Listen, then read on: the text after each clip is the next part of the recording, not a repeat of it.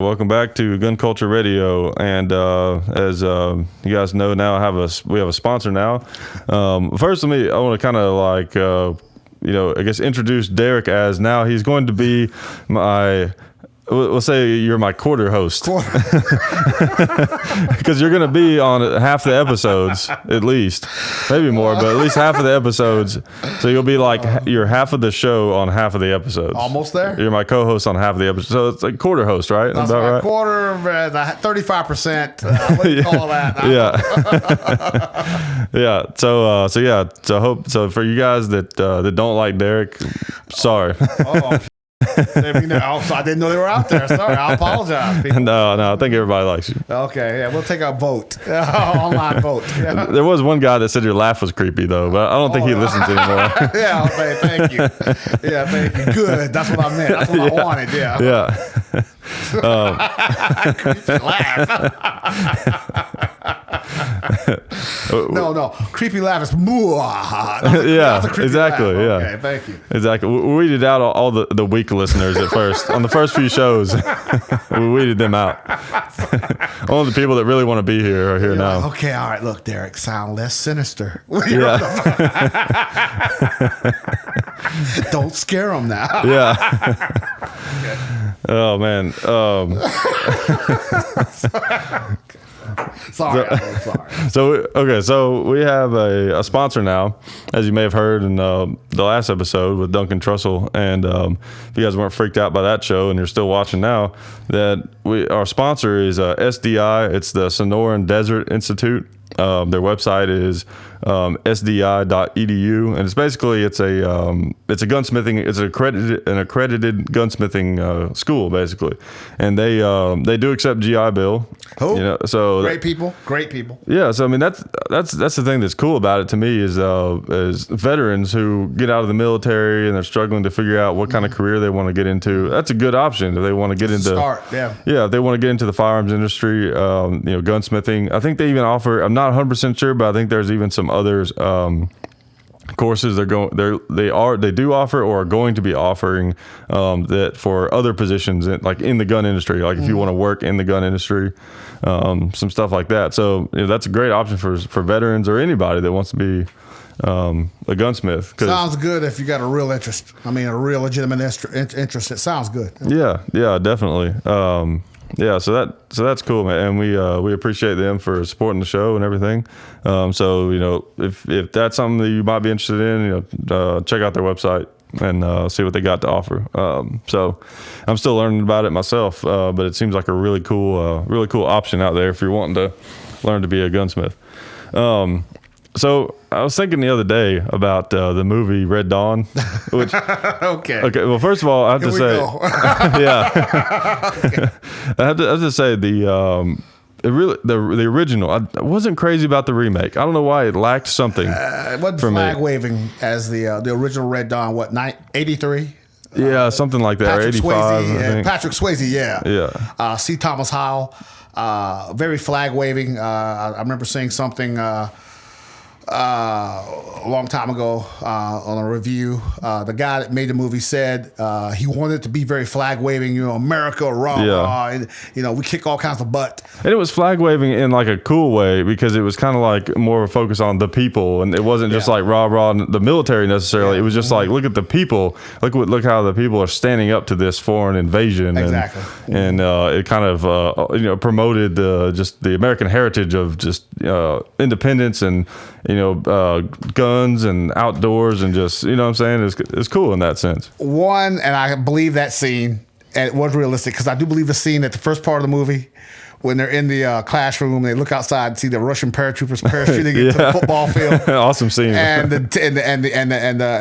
jerk teacher walks out there, sees guys with machine guns running around the football field, walks out there in his polyester coat. Yeah. And says, "What's going on here?" And they mow him down. Yeah. Good start. Good start. It's like clearly they're here for business. That's right. Oh, I guess these are for real. Yeah. Take the National Guard. Yeah. I know. Even in 83 or whenever it was that movie came out? That's 84. I remember. Was it 84? 84. Okay. Yeah, even in 84, that's a little hard to believe that the Russians could start parachuting in on us. And we not know it. Yeah. I mean, what happened to like all these billions of dollars we're spending on satellites and radars? Yeah. Oh, look, they're coming up the Mississippi, and we didn't know it. Yeah. Yeah. Well, no, I take that back. What's his name? Later on in the movie, the jet pilot that got shot down. Awesome character. I really liked him in the first one. Explaining that what happened. Well, they came across through Alaska, and then they came up through Mexico, and then Cuba. How did we miss that? Yeah. That would be super obvious. Yeah, 500,000 Soviet troops just come up through Mexico. How did we miss that? Yeah. Hey, yeah. It's a movie. Yeah. It's a movie. Exactly. And, and to have that plot, you kind of have to, there's got to be some suspension of disbelief to even have that plot, You got dismiss reality just slightly. Yeah. Exactly. But yeah, the first one was a great movie. The second one, I don't know. I didn't enjoy it that much. But the first one was a classic. Like, it's one of my favorite movies. The second one, North Korea. Are you kidding? Yeah. Come on now. Russians. That was more believable because, one, the time period, because I wasn't alive then, but you probably remember. Yes, point that out to everybody. Yeah. I'm 2 days younger than Jesus. Back there, during the Cold War when you were in your 40s back then. That's right. Yes, I turned 40 here in 83. Yeah. You took your kids to see that movie. my Ford Pinto. Oh man, you guys don't remember that. I'm sorry. Okay, all of you out there, go Google Ford Pinto. All right. You're gonna have to. I think I know what you're talking about. They're kind of boxy, but like bubbly in the back, right? Something like that. Yeah. Yes. Scroll way back. Way back. Yeah. But so what I was thinking is, how would that happen in real life? Let's say that scenario took place. I think it would be very different, obviously. But in what way is the part where it gets interesting? Like we said, first of all, we would have a warning. Yes. First of all, so there'd be some warning, and I would like to think that, okay, so let's say the government finds out, okay, an invasion, like for real invasion of World War II style is coming. I don't think that would happen, but let's say it did. I think the government would probably, or I like to think at least, that they would warn people. I hope so. Right. And here's the thing that kind of scares me about that a little bit. It doesn't scare me, but worries me maybe. I don't know. But the government probably was what they're going to want to do is round people up, evacuate them. It's going to be like an evacuation, and they're going to want to put them in what they call like a safe area. Right. And then people aren't going to be able to fight back because the government's going to be like, oh, don't worry. Like, we'll take care of it. You just go over here and to this place.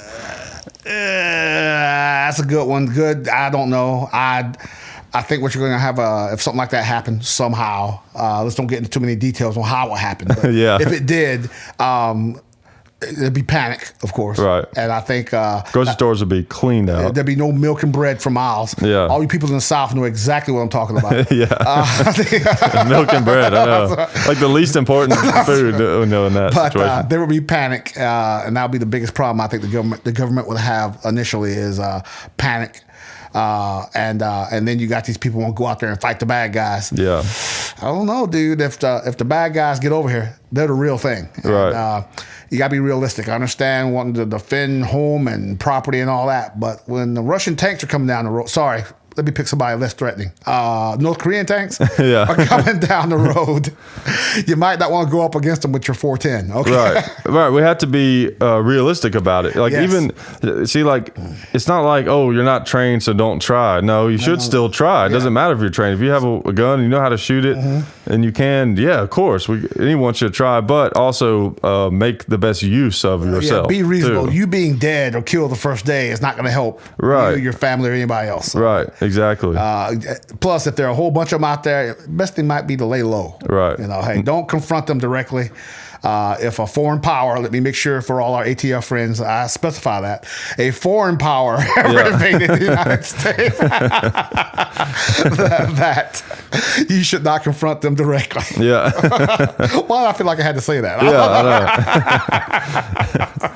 Well, you know what's left of my patriotic side would like to think that how it would go would be like that scene from Independence Day where what's his name? No, the guy that plays the president in the movie. What's his name?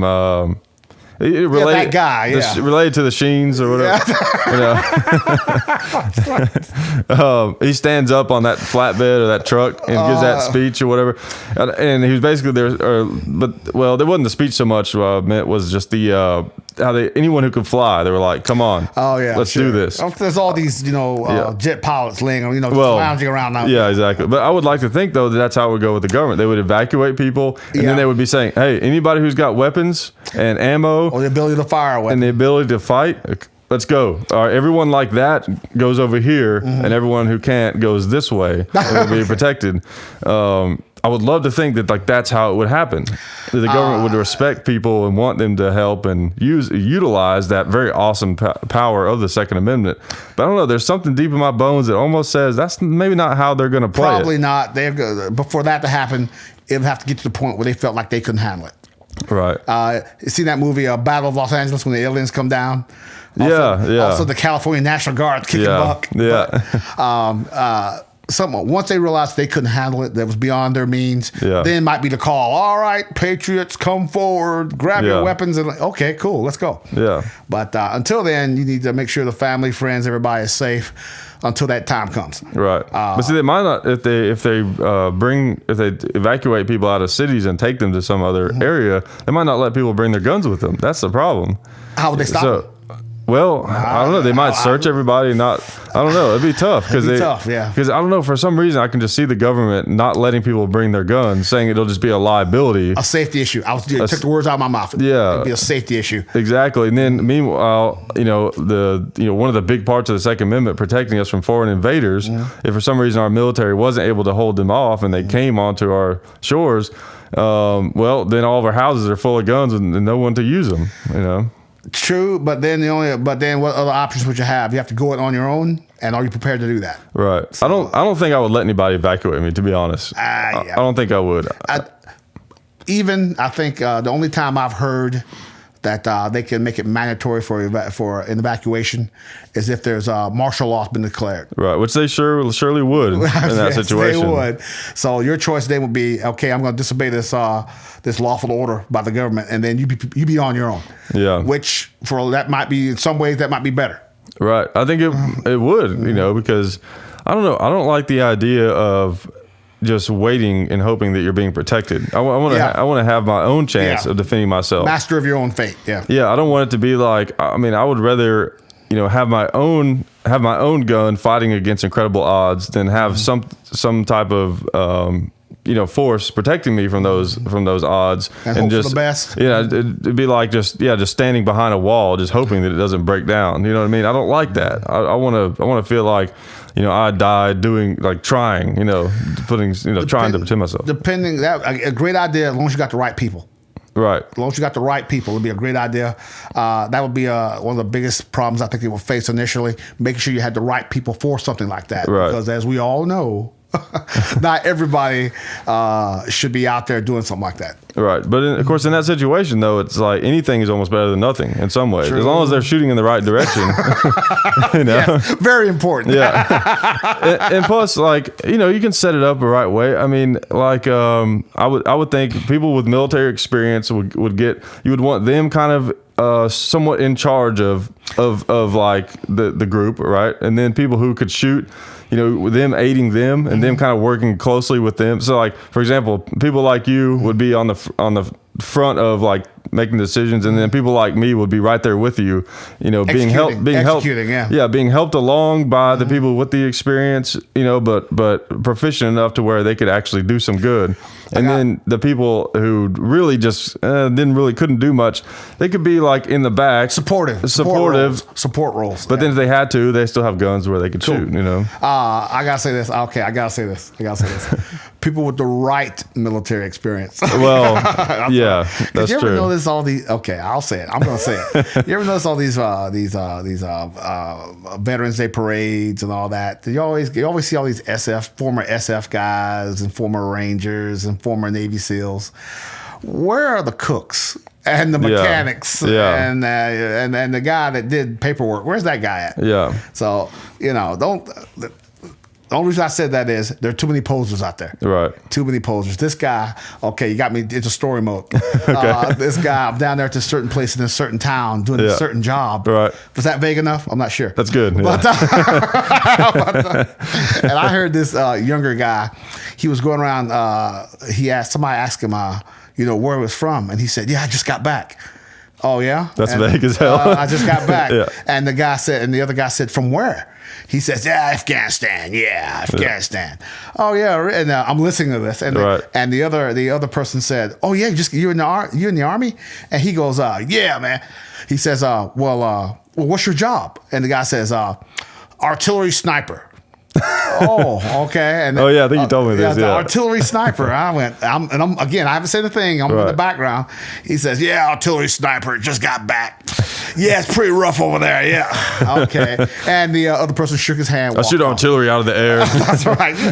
So then he tries to get into this certain place and that I'm protecting. Right. So, and I says, hey, dude. So I confront the guy. Well, not confront him.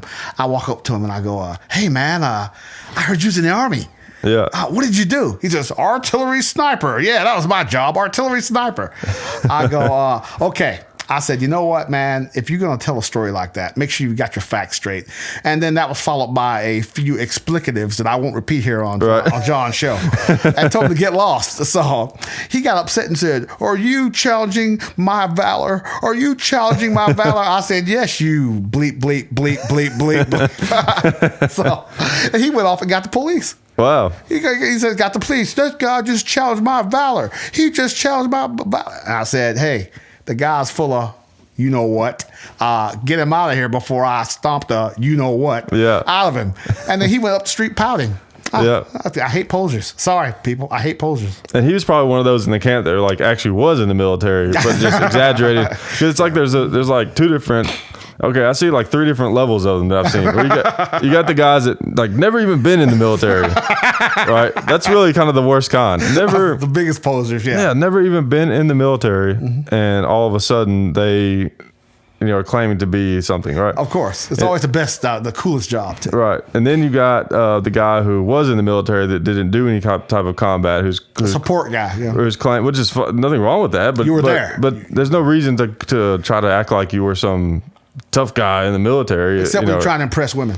Yeah, exactly. That's the one excuse, right? That's the one exception. Yeah. All right. Well, you're trying to impress a girl. All right, then. Yeah. All right, go ahead. There. Go ahead. So, when did you save the president? Yeah. and then there's this other type that I've noticed that is real pesky, and I've run across a few of these.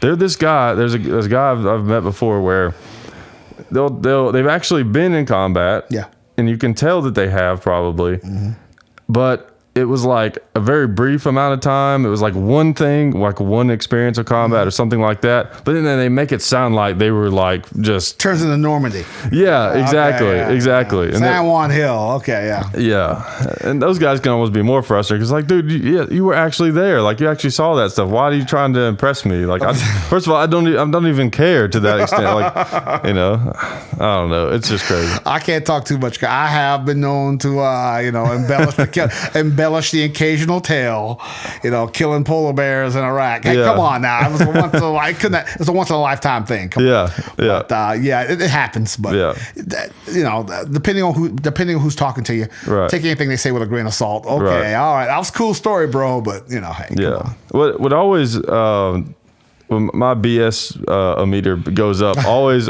whenever someone is clearly trying to impress me.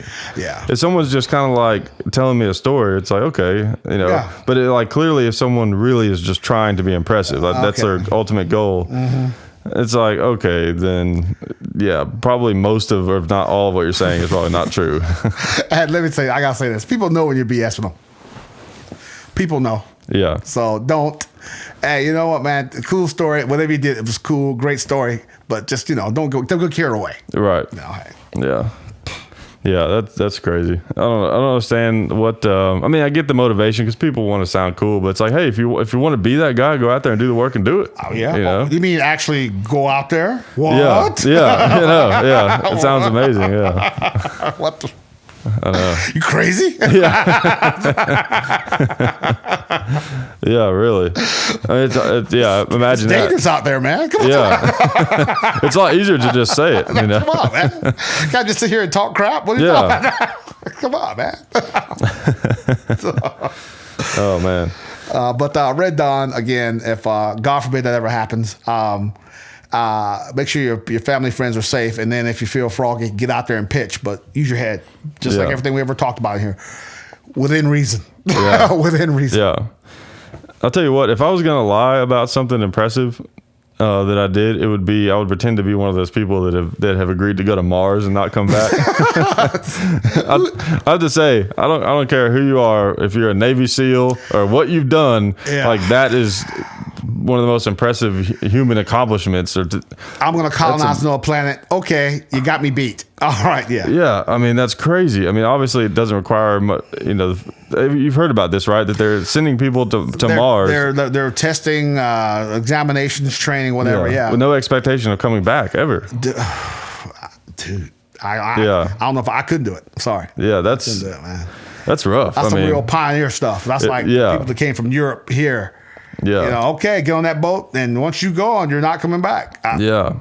Okay. It almost, not almost, it is a lot harder than the original pioneers because at least they had everything that they needed on the trail.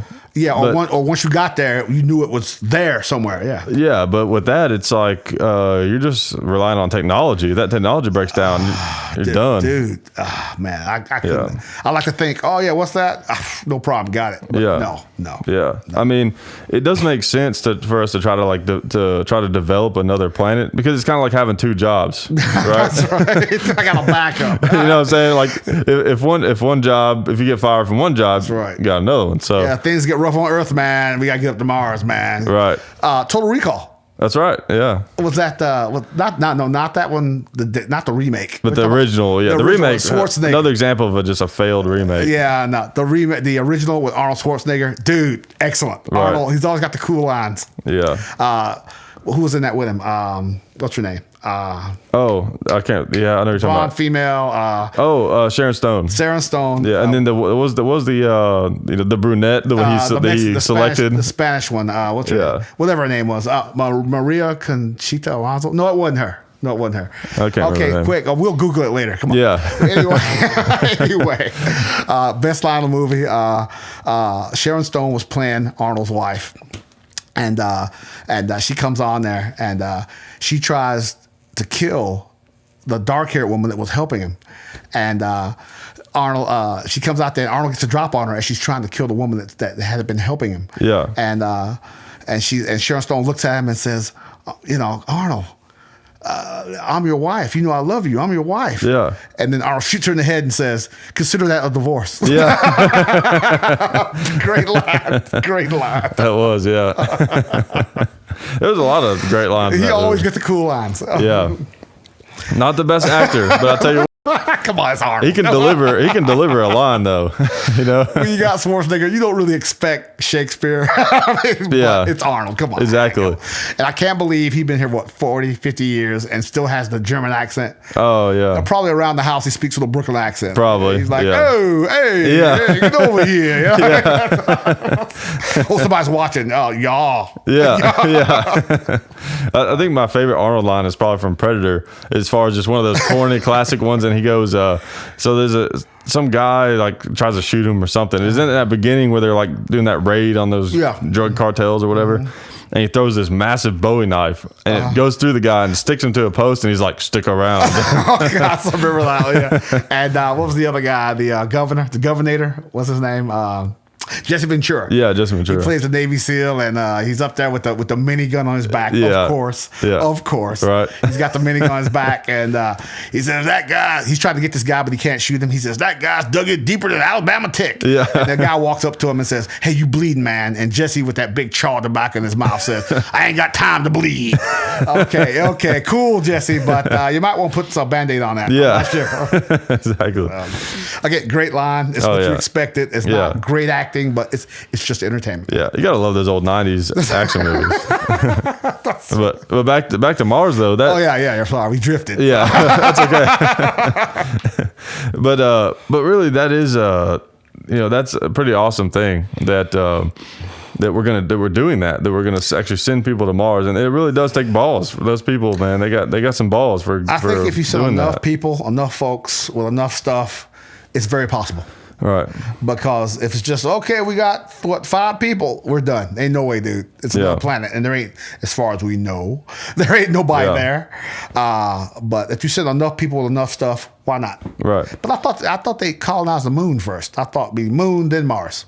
But I think it's because there's water on Mars. I think it's part of it. You're right. Because they're thinking that they can do something with the water. Mm-hmm. Well, I'm thinking, I read that they think, just like in Total Recall, they actually think there's a possibility that they can reestablish the electromagnetic field. It's called terraforming. That's right. They can reestablish some kind of environment there or something.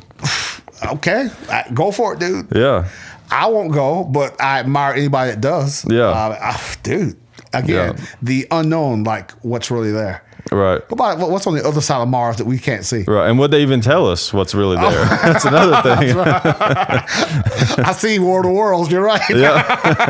That's right. Oh, my God. Yeah.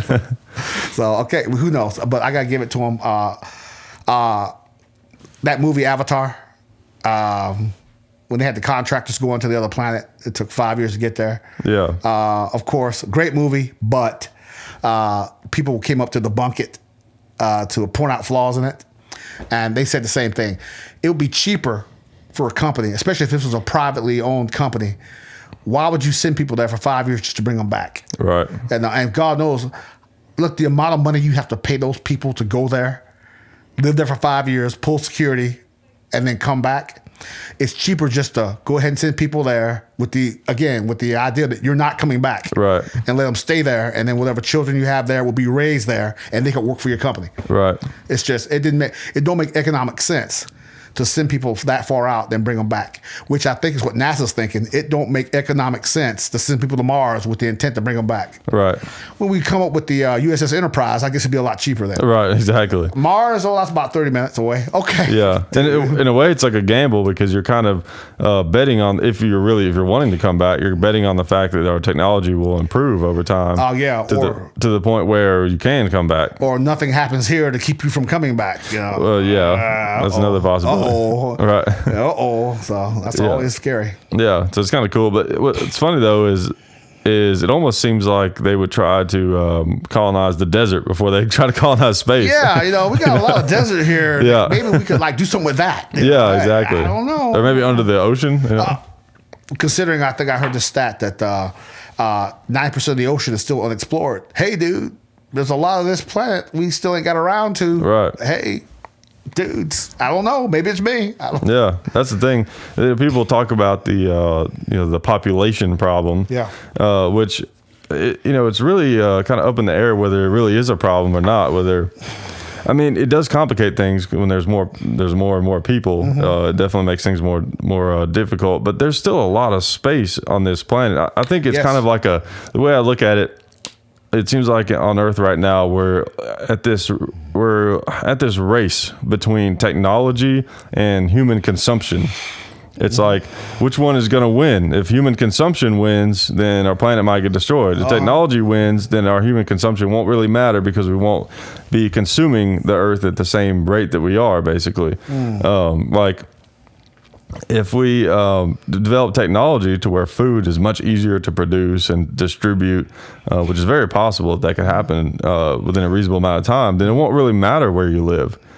True. I'll say something on that food point.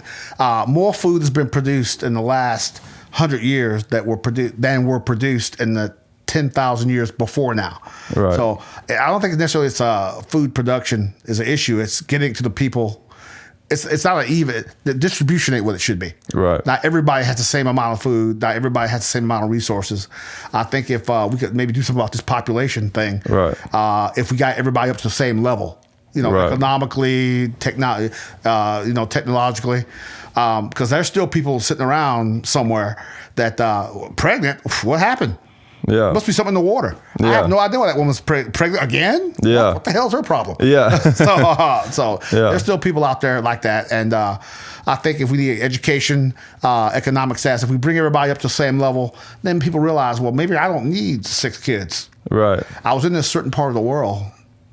This should remain nameless. But it does have a name, right? It does. Yes, it does. Okay. Yes, it does. It's not quite that exclusive.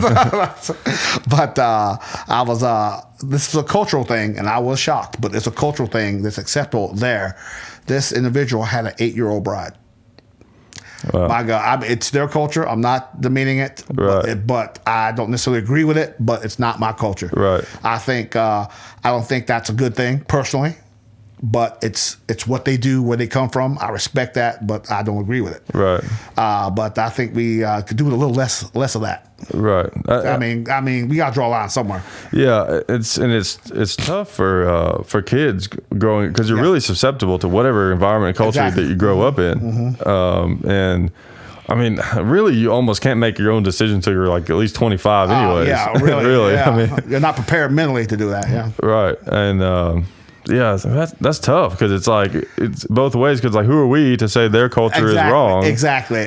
We may not agree with it, but it's their culture, man. I mean, okay. Right. But it's tough. It's tough because you feel like maybe if they had all the information and the same advantages that we have here, would they make the same decisions? Right. But an incident that happened when I was at a certain place, this side of the world. An individual came from somewhere else, and he brought that culture's outlook here, which didn't fly. It didn't fly here. Right. This individual, he struck his wife, and of course that does not fly here, and it shouldn't. Right. It's assault. It doesn't matter that you're married. It's still a person assaulting another person. And it does not matter that where you came from, that flew. Right. Yeah, exactly. And where this person came from, where this individual came from, they still had the thumb rule, which what that means and where he came from is that the thumb rule, you could beat your wife with a stick as long as that stick was not thicker than your thumb. Wow. This guy, he was messing around with his old lady, which apparently was okay in where he came from. Right. And she got tired of it, wouldn't put up with it because she was getting more Americanized the longer she stayed here. Right. Unfortunately for him. So she retaliates by locking him out of the house. He breaks in, proceeds to beat her, and then throw her under the baby's crib. The neighbor saw that, called police. They responded up there, and this guy who was he worked for me at the time. This guy came to the door, wiping her blood off his hands, and saying, "Yes, sir, officer, what's going on?" And then the police said, "Well, where's your wife?" She's upstairs. Is there a problem? As he's wiping her blood off his hands. And they says they went up there. They said they went in there, found this old lady, charged him, and he's like, "What's the problem?" She acted up. I took care of it. What's the problem? Dude, the problem is you can't do that here. Right. We respect you and your culture, but you're not there anymore. You're not there. That does not fly here. And he called me the next day. He's going, help me, son. Help me. So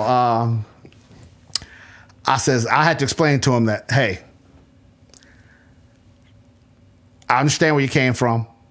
I understand, that where you come from, that might be acceptable, but not here. Right. Not here. And it was difficult. It was a hard change, but you always got to remember, you always keep in mind, where am I now? Is where I came, is what I did where I came from acceptable where I am? Right. So. All right, just like if we went over to what city is that in China where they have those just draconian laws that they like chop off your hand and stuff like that? Or you got me on that one. Well, there's I can't remember what city it is in China. There's some city in China that's like the most conservative city you can imagine when it comes to laws. Dude. And you like steal something and they like chop off your hand or something like that. You're not talking about Singapore, are you? That might be it. Yeah. Because it doesn't matter where you come from. They cane you. Yeah. Singapore's very stringent on their laws. I mean, if you do the wrong thing, you get caned. Yeah. And that ain't fun. Yeah, I can imagine. Because the thing is, if you're there, those are your laws. You know, that's the thing. There was they came to light during that case back in the early 90s or late 80s. The vandal. The kid was like 17, 18 years old, and he was over there with his dad, or for some reason he was there, and he started painting cars or vandalizing cars. Yeah. And the penalty was, in Singapore, you got like 25 lashes with a cane, and everybody got all upset. Oh, how can we, allow this? He is in their country, living under their laws, committing acts of vandalism. Right. Hey, he's got to pay the price. So they got this. His father, which I remember his father because his father starts sniveling on TV. I'll never forget that. Yeah. My son, he's just a boy.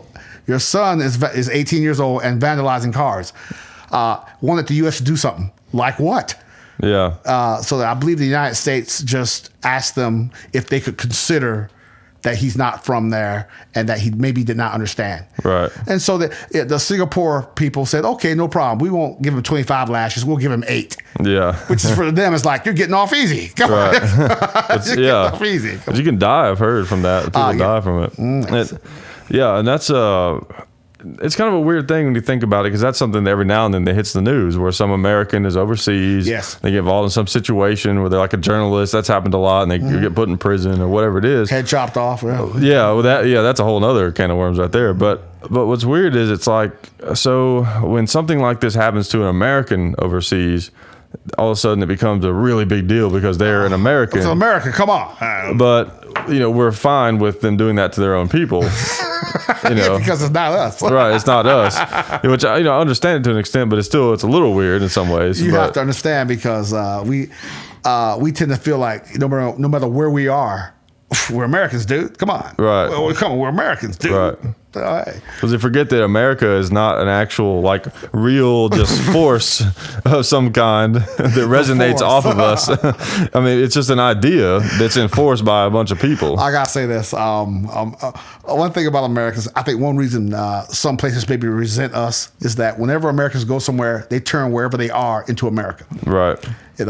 Certain places, like when I got to a certain place years ago. Yeah. This place was like first century Jerusalem, right? There was mud huts. Again, we get off the trucks. This is like mud huts, people walking around in robes, and I kept expecting to see the apostles walk by heading down to the River Jordan, right? It was that way back, that far back. A year later, there was a Burger King right there. Wow. I mean, native people working in it. Wow. I'm like, boy, we got them up to the 21st century real quick. Drive up window. With their cart. All right, give me a double cheese. So I did see, though, okay, got me going again. I did see in this village, there was a tarp next to this mud hut. Right. Mud hut with a satellite dish on top. And right next to it was a 67 candy apple red Ford Mustang. Wow. In mint condition. That's crazy. In mint condition. Probably sitting in there watching The Simpsons or something. Probably. Why not? Yeah. So hey. That's what's so weird is other cultures that are totally different from ours that get infatuated with American culture. Yes. Sitting some guy wearing their traditional dress Clothing, and watching TV and eating whatever that they some weird food that would be weird to us, and then watching the TV and saying, "Oh, why is Kim Kardashian doing that?" I can't believe it. Well, from what I've seen, a lot of these places, they don't necessarily like Americans, but they like American things. Yeah. You know, I like the material things that we enjoy. They like that, but they may not necessarily like us personally. Right. Because it's kind of, in a way, if you think about it, American materialism, which we do that best. It's us, my God. we do it better than anybody else. It's kind of like sugar in a way. Yeah. A little bit of it in the right doses is amazing. But too much can almost kill you. I did hear some talk show host say this, and I have to believe with him. I believe him, is that, as much as they talk crap about America, everybody wants to come here, though. Right. So I have to agree with him. I have to agree. Yeah. Our culture is definitely not perfect. That's for sure. Whose is? But compared to some of these others, you know. Yeah. We're more sophisticated here. You know, there's a lot of it. We have we have better access to information. I think that makes a big difference. Yes. It is an open society, supposedly. Right. And it does.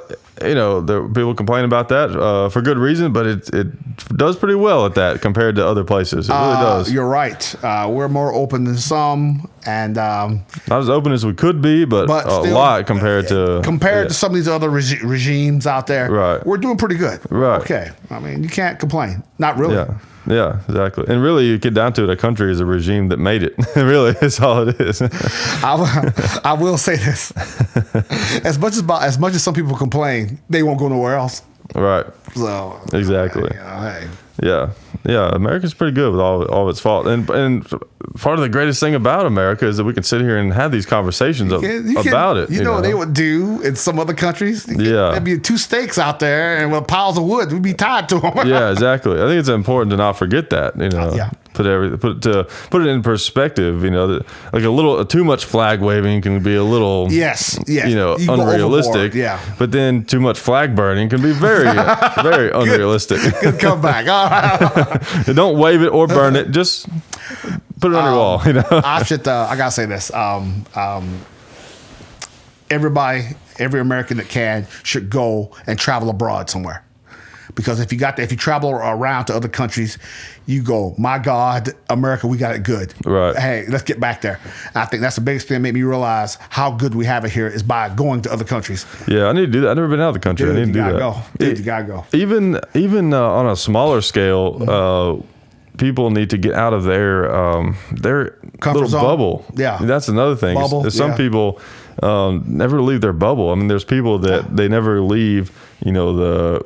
They only shop at Whole Foods, and they only shop at the nicest, little shopping center, and they only go, and where they work everything is really nice, and so they never leave an area that's any different from their comfort zone. Right.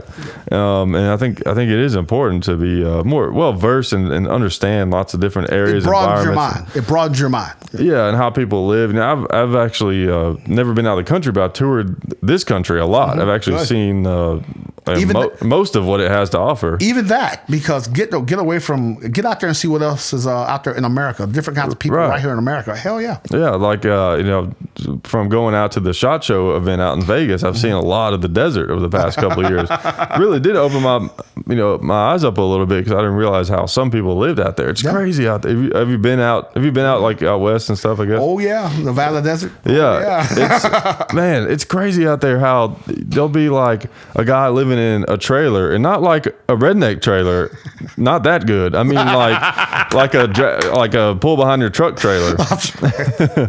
Because you're like a 1960s family going on vacation to Florida type of trailer. And they're living out there, and they're like not just 30 miles out of town like how we experience in the country out here. They're like 2, 3, and 4 hours outside of town, and that town is just some little podunk town even. We went to I wonder, can I tell this story? Yeah, I guess so. Okay. You can edit it out later if I. Okay. Well, I talk about out of the way podunk towns. We're on a mission with this certain unit, with this certain organization, to a place called Jackass Flats, Nevada. The only things in Jackass Flats, Nevada was a Waffle House, and a whorehouse. That was it. All the houses you need. What do you need? What else do you need? Get something to eat. Go over here and take care of that other need. Hey, life's good. They should have combined them into like one place. And they could have called it the grub and rub. That's right. Saves time. Just move them together. But yeah, that was my example of way out west, middle of nowhere. It was literally a road, a stoplight, Waffle House, whorehouse. There you go. This is Jackass Flats, Nevada. How you doing? Yeah. And dude, you don't want to get broke down there.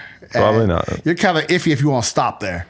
If you stop, you maybe get something to go and keep rolling, and make sure it's daylight. Right. But, again, America's a big place, dude. Yeah, it really is. A lot of diversity out there. Yeah. That's one thing that's interesting. I've heard. I think I've talked about this before. I'll say it again. But I've heard people that are from other countries who live in other countries. Mm-hmm. They're amazed by how almost every state in America is like its own country in some ways. Mm-hmm. And I never really thought about that, but really it is like that when you drive through the different states. I mean, different laws, different jurisdictions. Yeah. Yeah, and the people are ever so slightly different. The accents, regional differences. Yeah. Yeah, I mean, there's regional similarities like Tennessee and Kentucky and Alabama and Georgia are going to have certain regional similarities that Nevada and New Mexico and Texas won't have. But still, even if you're not used to that region, if you go to Tennessee and talk to people and then go to Alabama and talk to people, you're going to notice a difference, even if you're not familiar. I noticed that regional difference in people when I did another mission out to Washington State. Dude, it's another world out there. Went to a place called Yakima, Washington, which is desert. It's desert, and you got the Cascade Mountains, and then on the western side of the Cascade Mountains, Seattle, rainforest. That's crazy how that works out there. Dude, we got a day off and went on a trip up into the Wenatchee Forest. And what's what the Teton River is, I think? Whatever the name of it is. Sure, yeah. We stopped at this store. It was a log cabin store on the side of the road in the Wenatchee Forest. Thick, European type, thick wooded forest, raging rapids in the back. We stop, we get out. There's this old hound dog laying on the front porch. Didn't get up, just kind of looked at us with one eye and went back to sleep. Yeah. We went in there, and I remember it because there was nobody in the store. There was a sign that said, "Hey, whatever you take, leave the money on the counter." Wow. And then this woman eventually wandered in there, and I can only describe her as very hippie-ish, very Woodstock looking. Yeah. With the flowers in the hair. Yeah. And she said, "Hey, whatever you take, just leave the money on the counter." And then she just kind of faded off into the wilderness. Okay, let's get out of here. Wow. Let's run. Dude. So, again, very different from people in the, say, South, right, where I was raised. Very different. Yeah, people are a lot less trusting in the South. You really have to. They don't take kindly to strangers. Where are you from, boy? I always thought. So you grew up in the South. Did you ever notice this this phenomenon to where if you're driving down, especially a dead end road, where like typically if you're going there, they're gonna you live there, so they're looking to see I don't recognize that car. Yeah. Did Jim get a new truck? Around here. Yeah. Exactly.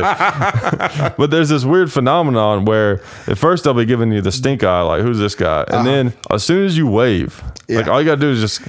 Then they're like, "Oh, he's cool, no problem." Or the other version, I was just got back moving back to North Carolina for this military base I was going to be stationed at, and was looking for a place to stay.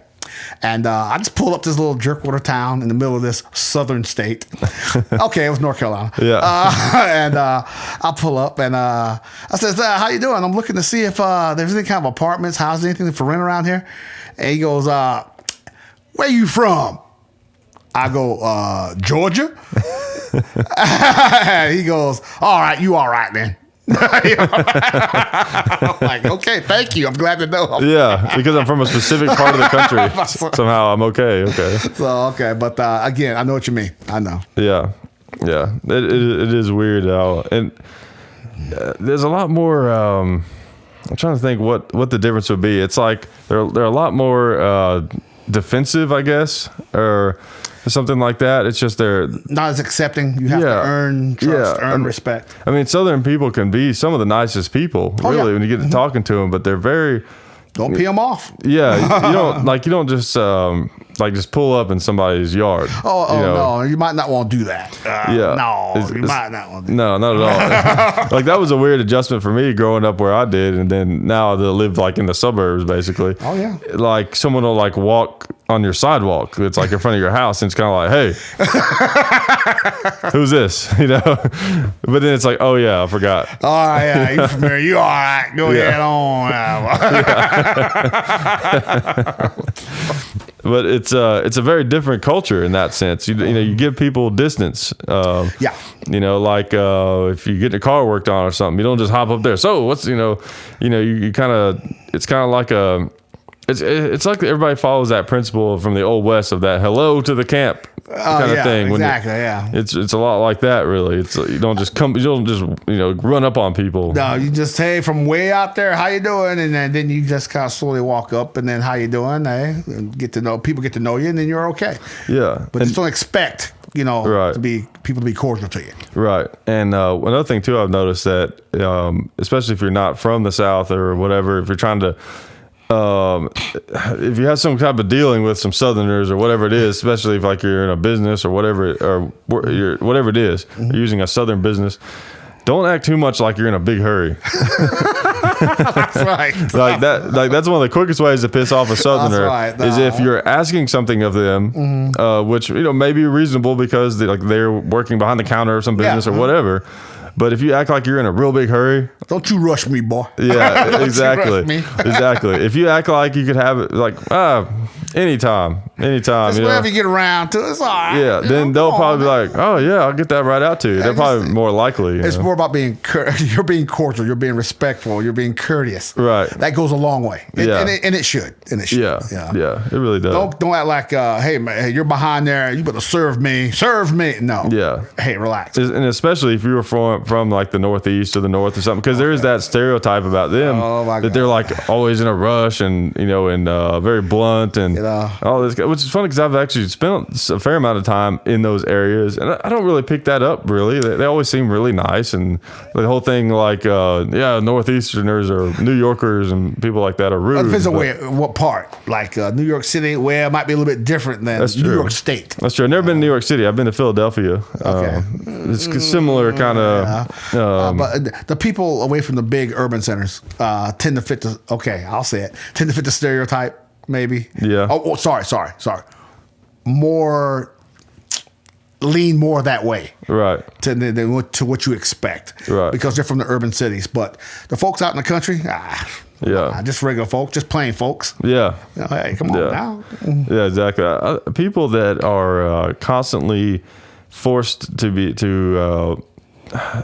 in an area where they're forced in a very natural environment, let's say, like people who live on the coast, they're always seeing the ocean. People who live near the woods are always seeing all the big trees and the mountains. People gives you a little perspective, I think. At least that's what it does for me. You get more perspective. What's the rush, man? Look, more chilled out. Relax. Or heat. That's another thing. Environment for people. Like that's one thing I noticed whenever I've been out west and stuff is. People are real laid back, out, especially in that real desert, hot areas. Yeah, come on, man. Yeah, there's no reason to be in a rush.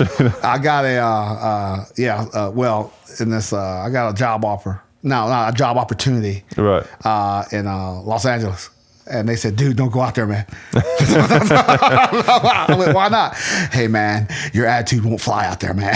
Don't go out there.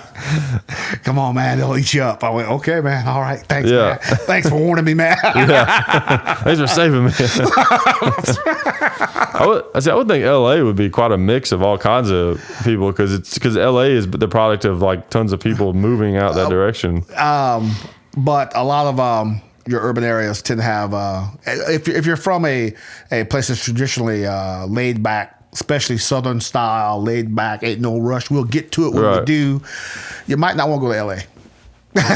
Or New York or Chicago.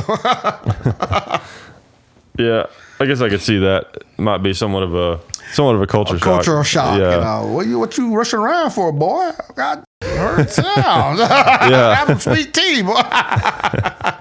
Yeah. Oh man. were we talking about? I forgot. I don't remember. Speaking of being laid back. Well, I know one thing I was going to bring up was about how about storing guns. Yeah, because that's one thing that is important. Definitely, everyone should have a gun safe for sure. Yes, especially if you got children or other issues with family members. Secure your weapons. Minimum trigger lock. Right, on your weapons. Minimum. You're risking not just the safety of your own family, but you're risking giving all of us other people who want gun rights a bad name and giving them more fuel for their fire to try to attack us whenever you don't have a gun properly secured. Now, some people will nitpick over how it's secured. Yeah. But really, if it's locked up, if it's clearly behind some sort of lock. Yeah. It's not glass.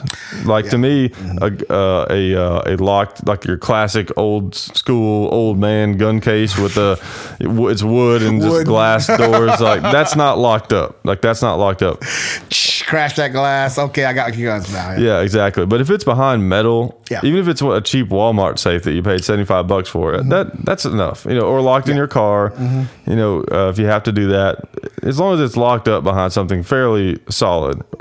And as a backup, a trigger lock on your weapon. As a backup. Well, yeah, depending on the circumstance. If there's kids around or something like that. Yes. Right.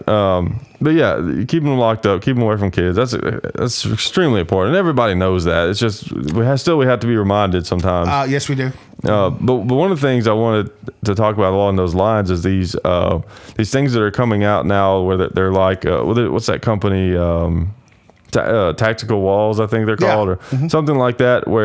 And I think there's some other companies making these things where they're these hidden gun compartments that are magnetically operated. They have these like latches in them, basically, where it looks like something normal, unless you're aware of that those exist. Okay. And you have like a little magnet thing, and you like put it on there, and the latch opens it. Those are a cool idea. But I can definitely see some downsides to them. And there's two major ones that I see. One, I don't know if I would consider that kid-proof necessarily. Big concern. Because depending on the age of your kid, of course, a baby isn't going to get into it. A baby's not going to get to anything. But kids are devious. I was when I was a kid. Teenager, somebody junior high, they might figure that out. And plus, information about those safes, those whatever you call them, is out there. Yeah. They might stumble upon that and go, oh, that looks like the shelf. And let me Google this and find out how to get it open. Yeah. Yeah, exactly. So I wouldn't necessarily consider it kid safe. Yeah. I wouldn't necessarily consider it 100% burglar safe either. No. Because honestly, if you're a guy who breaks into houses, it would make sense to be aware of something like that. And they might be. I mean, there's a lot of information about those now on the internet. As the more popular that those get, people expect to see them. The least viable they become, really, as a hidden option. Becoming popular is good and bad. It's good that people use them. It's bad that now people are aware that they're out there and how to breach them. Yeah, that's the thing. That's the only problem with those. Now, if it was something that was a little bit more random, where even if you knew, okay, then there's these like secret compartments, but you didn't know like what it was going to be, then I could see it being a little bit more viable. Like if I was going to get one of those, I'd probably get one of the mirror ones, probably. Okay. Because it's less obvious, right? It just because it's actually built into your wall, so it does look just like a mirror. Okay, that's reasonable. But bookshelves, you don't really see bookshelves that thick very often. They should make one like a litter box. Oh man, that's an awesome idea. That is an awesome idea. Nobody's gonna go near it. Nobody's gonna go near it. That's a good idea. Hey, I want a royalty for that company. Right. The next litter box gun safe. We say. Yeah. Before I upload this show, you got to go get that patent. Damn good idea. Yeah. Or better yet, don't just throw it in the bottom. We gotta make sure that it's on you. It's been a used litter box too. Yeah, exactly. Extra safe. Yeah. Oh, I know what you do is they make these litter boxes where they look like an igloo or something. And the cat like walks inside of it, right? What you do is you have a gun like attached on the top, so you just reach your hand up in there and grab it, pull it out. Gun litter box. We're doing R&D for these gun safe people. Right? Yeah, They're yeah. like going, hey. They're taking notes. Like, good idea. Oh man! But the thing is, though, on the flip side of that, I guess the negatives I was pointing out about those tactical walls things. I think hiding guns is a great idea, is a great option, especially engineered hiding things, not just stuff that's kind of obvious, like putting it in dirty clothes or things like that. I mean, that's good, but Closets, it can be found. Top shelf of the closet. Come yeah, on. exactly. Everybody looks there. Come on. That's the thing. But I think engineered stuff can be really cool, like a couch, for example. Like if you have a couch. Armrest. Yeah, like an arm that comes open, especially if there is a way that you can have it to where if someone was suspicious, like I wonder if it's one of those things that opens and you tug on and it doesn't open. Okay. But then maybe like there is some type of... It can't be easily opened. You have to know how, you have to do this and that. It can't be too complicated, but at the same time, it can't be obvious how to open it. Yeah. I'll tell you what would be cool is something like, let's say you had an armrest thing like we're talking about. You could fit a lot of storage space inside of a couch if it was designed properly. And let's say there's like a little lever up underneath the couch and you can hit it with your foot. So basically you would just come up right up to your couch, stick your foot underneath it and then pull up and then it would open and you could, something like that would be cool. There's a movie called Empire, I believe that's the name of it, with John Leguizamo. He plays a drug dealer in the Bronx. Oh yeah, I've seen that. I know what you're talking about now. You got there's a shootout at the dope man's house, and this guy who's called Fat Joe, he's sitting on the couch, and they're trying to raid his house, and he shoots his 245s. He empties those, and then he hits a lever in the couch, and the back of the couch opens up, and an AK springs up. Oh yeah, that's right. And it drops right into his hands. He starts blasting with the AK. Yeah. Dude, that's cool. I got to get one of those. Yeah, that is pretty awesome. Or like the thing from the first Expendables movie where he's got the 1911 that pops out. That's right. That's right. Yeah. So there's a lot of options, with hiding stuff. There's some company that makes a thing, and this is elaborate as hell. I mean, it'd take a lot of money, I guess, to do this, have this installed. But there's a company that makes these stairs. They're on a hydraulic system to where, like, if you have a 2-story house, the stairs will literally just like rise up, and you can have a gun safe under there. It's like the old 60s Batman thing with the bus that you pull the head back, hit a red button, the wall slides back. Yeah, exactly. Heck yeah, dude. Yeah. I knew a guy that used to have something like that, but he kept his pour in there. Oh yeah, there you go. It's a good spot for that. Well, see, now you don't have to do that because you can just put it in the cloud. That's right. This was a while back. It was VHS. and see, if you put it in the cloud, that way the government gets to enjoy it. And if you have good stuff, they might not take you to jail for copyright infringement or for pirating. Yeah, they might cut you some slack if they feel like you're an enemy of the state. They might say, you know what, but that was that guy that had that good porn. Yeah, you know what. His stash is pretty good. Let it go. Yeah. We got him some slack. Our priorities straight here in America. Yeah. Yes, we do. Yeah, exactly. So. But I do think that there's definitely some options with that. Stereo speakers. Is another possibility. Depends on what your needs are and what you have. But hiding is a cool option because a lot of times, when someone breaks into a house, they have to run in quick and look. They don't have a lot of time. They'll go to the obvious spots first, and you don't want your hiding place to be obvious, right? That's the first place they'll look. Right, but I definitely think, just to reiterate the kid safety aspect of it, I definitely think hiding spots only. Probably almost no matter how good you think it is, it's probably not enough to consider it kid safe. Tell me, I don't know if you agree with this. How wouldn't exposing your kids to the weapons detract from them being willing to go out there and play with them or definitely get access? Definitely. I would. That's what I would do. I would make sure, hey, this is my weapon. Hey, we're gonna go out there. We're gonna fire it. You know how to use it. Do not touch this. Unless it is a dire emergency and I'm not there. Right, and that's the first line of defense, and that's something a lot of people miss out on. That's how my dad taught me. He said, anytime you want to look at a gun, just ask me, and I'll get it out, and you can look at it. Exactly. Don't make it forbidden fruit. That's the best way to get them to creep in there when you're gone. Yeah. And check your stuff out. Yeah. Exactly, because it's kind of like the rules of gun safety. The reason that there's several of them is because. So never the one about never put your finger on the trigger until you're ready to shoot.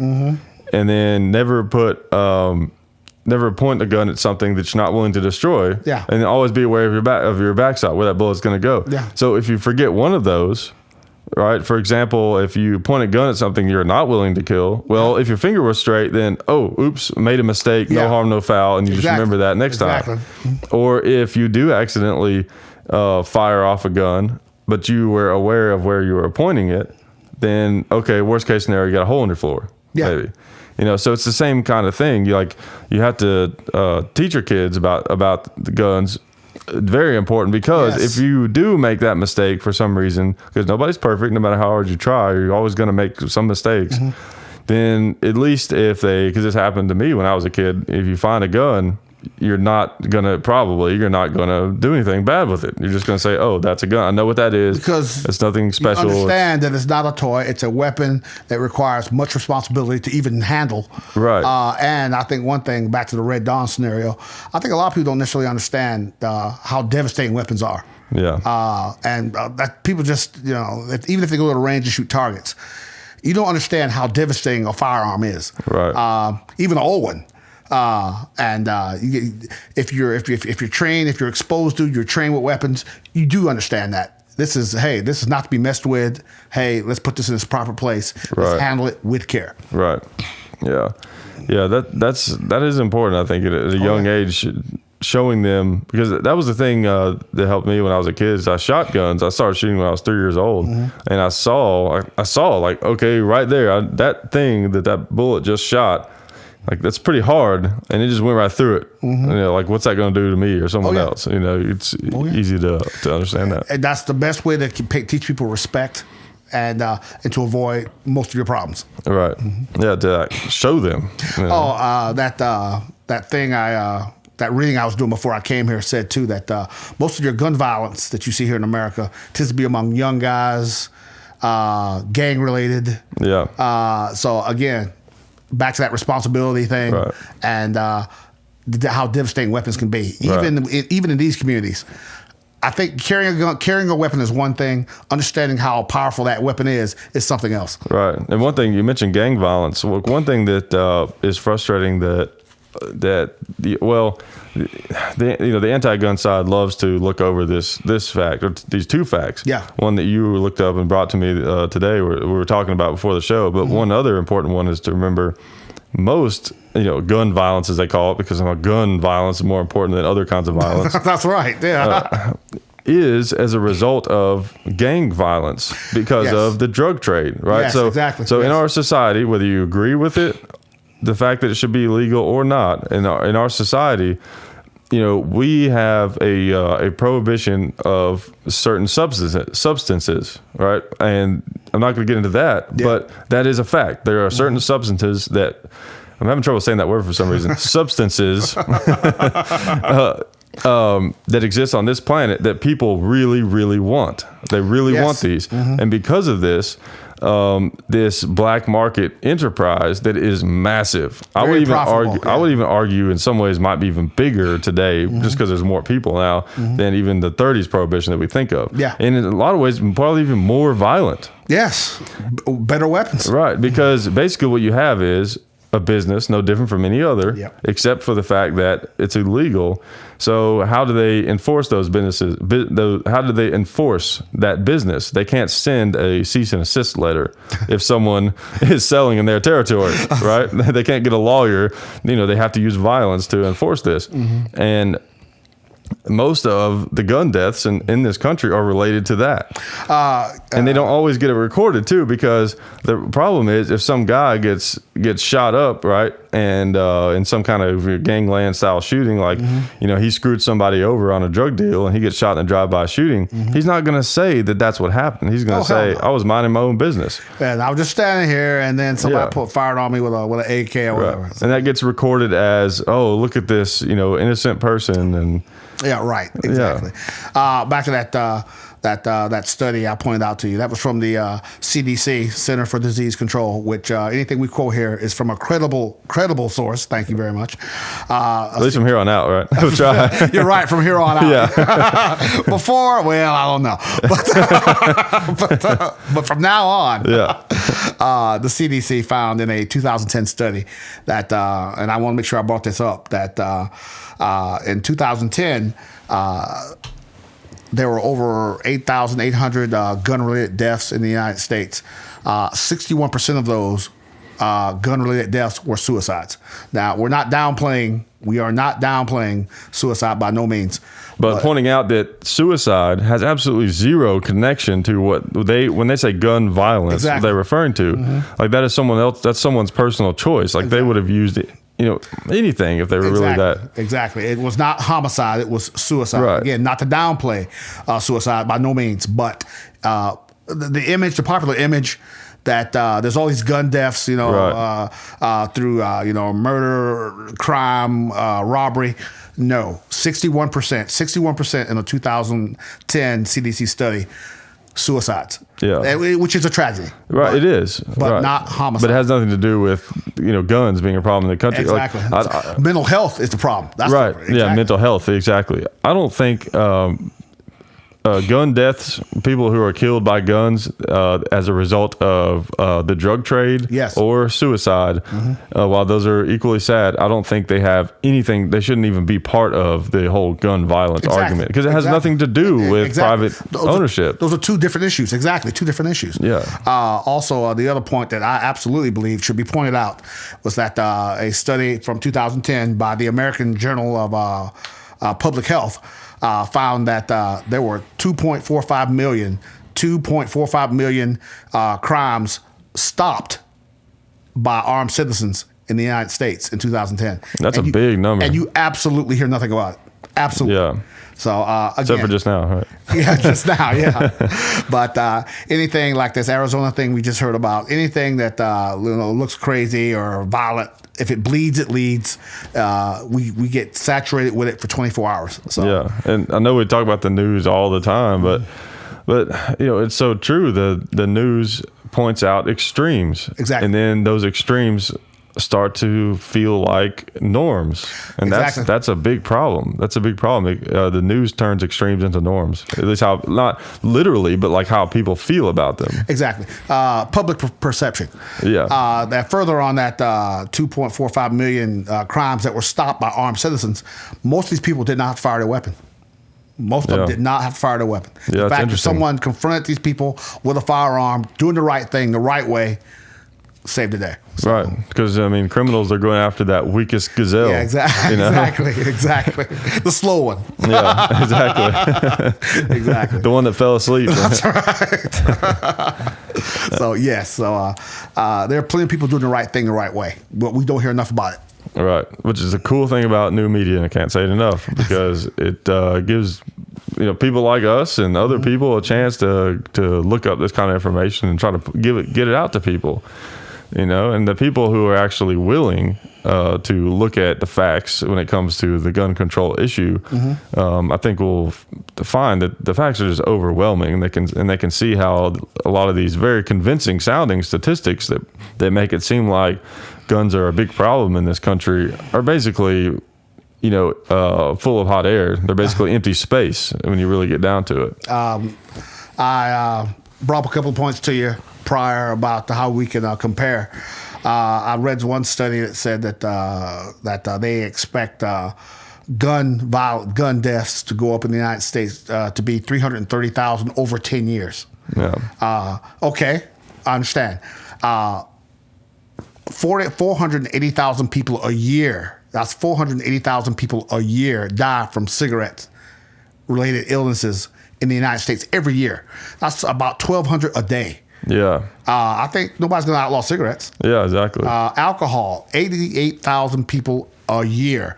Not over 10 years, not over 2 years. A year, every year, 88,000 people die from alcohol and alcohol-related incidents and illnesses.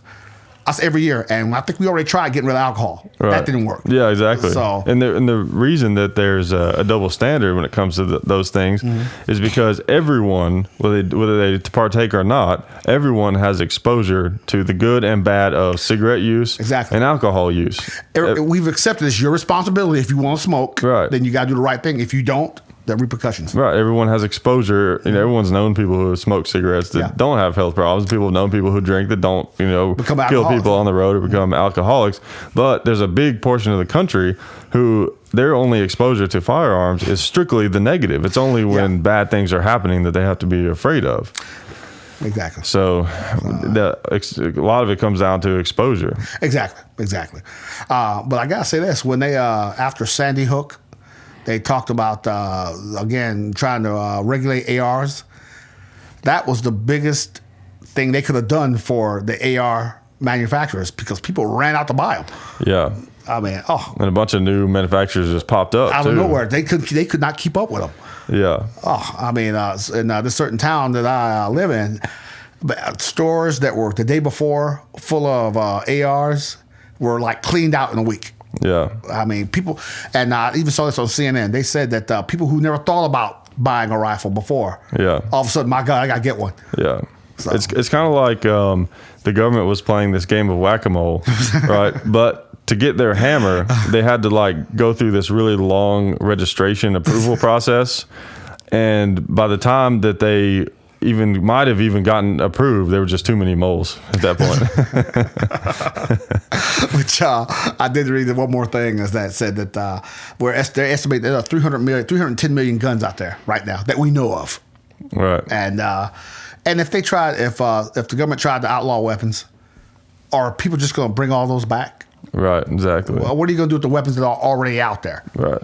One thing that's weird too is you'll hear anti-gunners say things like there's too many guns, which to me the implication of that is they're not necessarily saying that some guns is a bad thing. They just think there's too many.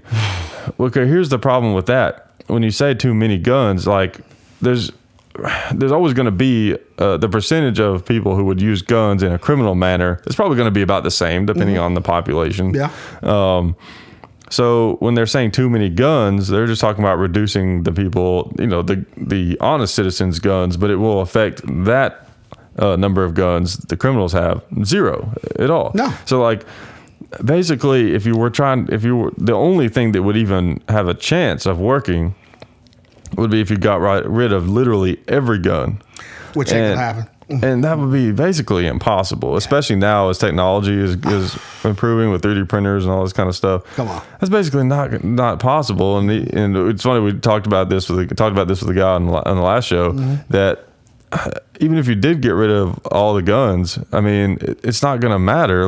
There's still going to be other ways that people will find to hurt each other. Oh yeah, knives, bows and arrows, explosives. Yeah, knives. What happened? Knives haven't gone anywhere. Come on. Yeah, exactly. So yeah, it's just I don't know. It seems so logical to me, but I guess we're biased. But still, it's just I don't know. I mean, with a lot of issues, it's really hard to know if you're on the right side of it or not. It really is, because you're not that other person. You're only going to see it one way. But it's just there's so many facts and so much evidence when you actually look into it, and it's been tried. Gun control has been tried. Yeah, and people are going to have weapons. Example. This person in this place, this person is not non-law-abiding citizen. Yeah. He showed me, I don't know if you ever heard of this weapon, a UMP-45. Yeah. Mm-hmm. This guy had one. Wow. My God. He pulled that dope man out there selling in the streets. Yeah. He showed that to me. I mean, holy crap. Number one, how much they cost. Yeah. And he had one behind the seat, the car. Wow. He said it was for him to deal with other dope men. Yeah. I went, okay, dude, you got the weapon to do it. Yeah. I mean, yeah. And that just shows you right there. That's a gun that honest people can't even get, really. And he found a way to get one. This guy on the street had one. Yeah. Dude. Exactly. It's not like, he bought that on some straw purchase or something. You know what I mean?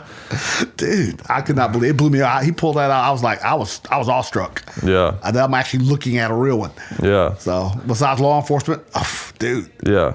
That's crazy. And one thing that's interesting too that I found, and you would probably even know better than I would, but from my limited experience in that sort of pseudo law enforcement, I guess I'll call it, is it seems like a lot of guys, you know, these dope men or whatever, a lot of them have some pretty serious guns. It seems like from the way they talk and you know, and just from my full perspective on the issue, it seems like a lot of them have some serious guns, but they don't ever use them. It's insurance policy. Most of the ones I've seen out there, the problem they have is that they can get weapons, but they want clean weapons. Yeah. Because the weapons they buy off the street, you don't know where it came from, or it doesn't have a body on it. You don't know. Right.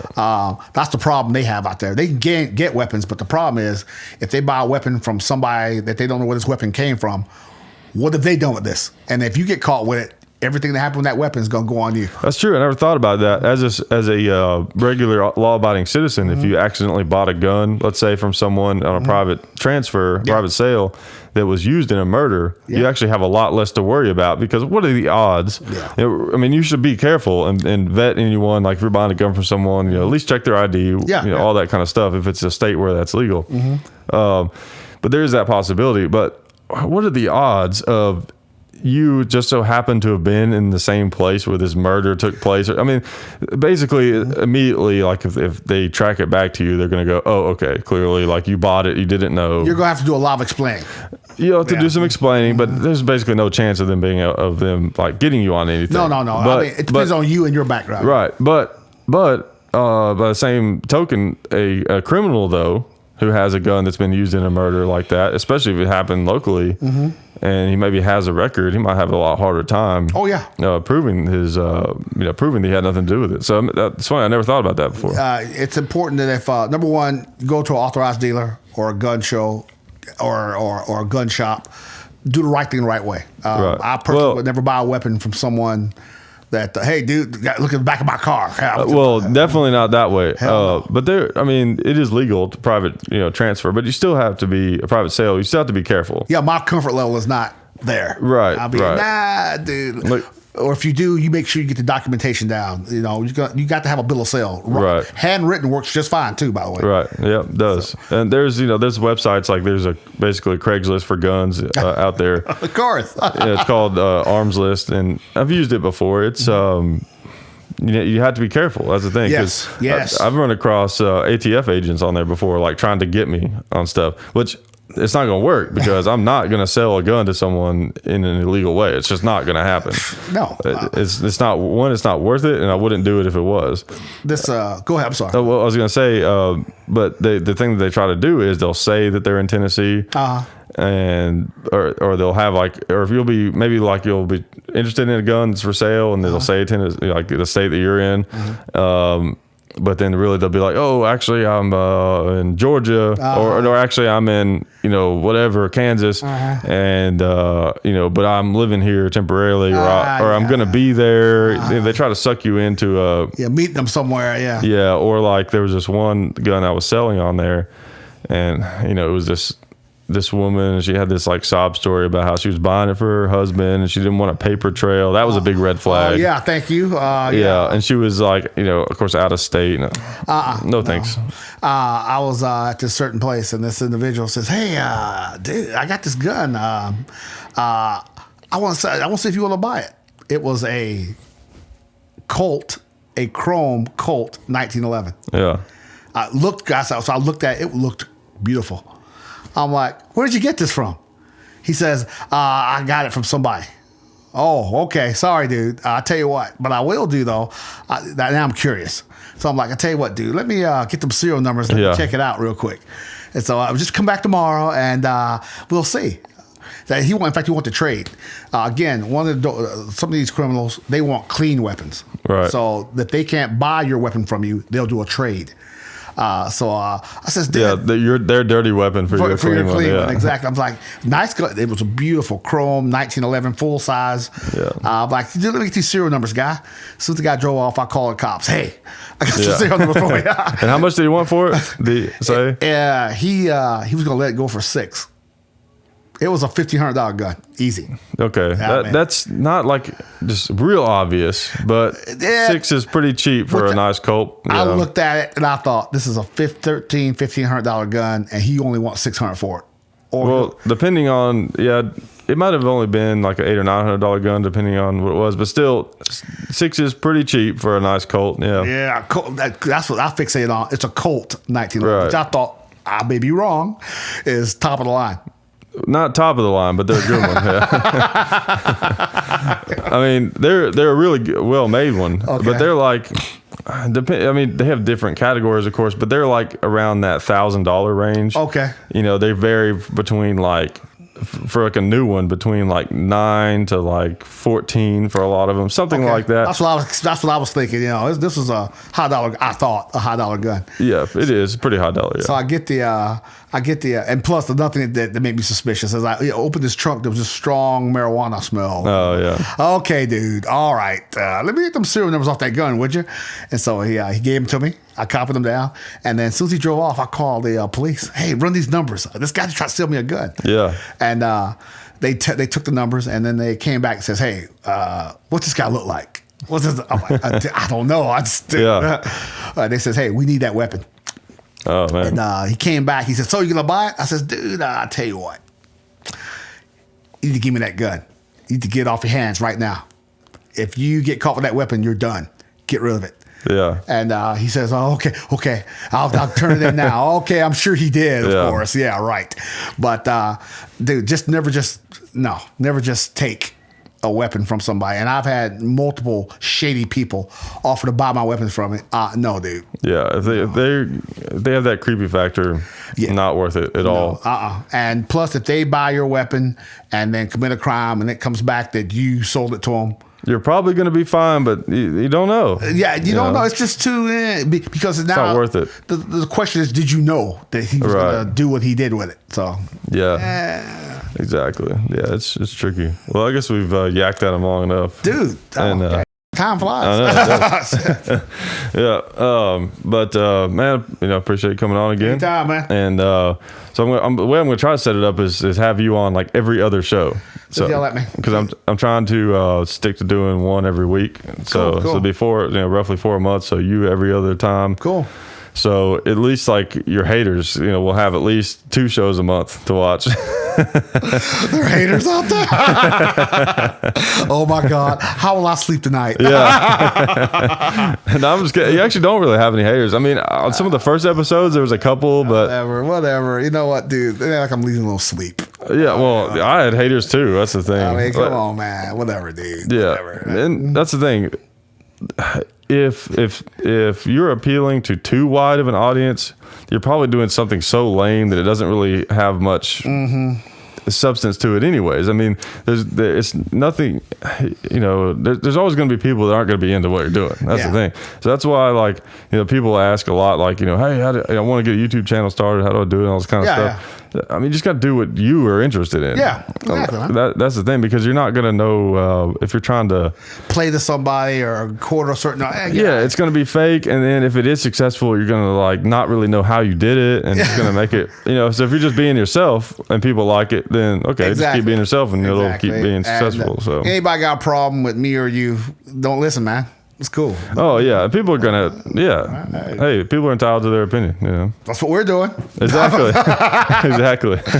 For those creepy laugh guys out there, I think give you a last taste before we sign off. We should do a whole episode of just you laughing. So anyway, anytime, man. Anytime you need me, just holler. I'll be down here. Will do, man. I appreciate it. I appreciate you coming on. But again, we thank our sponsor, SDI. Check them out, sdi.edu, their website. And don't forget, if you're listening to the show or watching it on YouTube, it's also on iTunes. So you can just search like gun culture or something like that, or check the link in the description. It's on Libsyn. Just check out the description. If you need any information, it's probably going to be in the description. But appreciate you guys for sticking with us and listening for an hour and 24 minutes and 43 seconds. And well, that's where it's at now. Yeah, so we appreciate you for listening. And you'll edit that down to 15 minutes, right? That's right. Yeah,